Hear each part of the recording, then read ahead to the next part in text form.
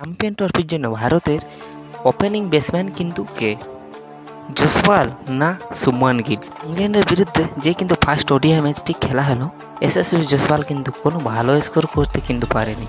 অনেক জনেরই কিন্তু সেই বক্তব্যে রোহিত শর্মা এবং যশস্বী জসওয়ালই কিন্তু ওপেনিং করবে, কিন্তু না, ওপেনিং করবে কিন্তু রোহিত শর্মা এবং শুভমান গিল।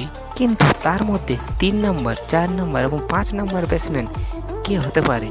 এখানে কিন্তু পুরোপুরিভাবে কিন্তু বিবাদ চলছে বন্ধুরা। রোহিত শর্মা এবং গৌতম গম্ভীর নিয়ে এক ডিসিশন করা হয়েছিল, শ্রেয়স আয়ারকে কিন্তু খেলানো হবে না 4 নম্বরে। তো এখন পুরোপুরিভাবে কিন্তু ডিসিশন পাল্টে গিয়েছে, সে কিন্তু 4 নম্বরেই খেলবে। শ্রেয়স আয়ারের সেই ফার্স্ট ওডিআই ম্যাচে যে রানগুলি দেখেই কিন্তু অবাক, সেই শটগুলিও কিন্তু সে 4 নম্বরেই উপযুক্ত।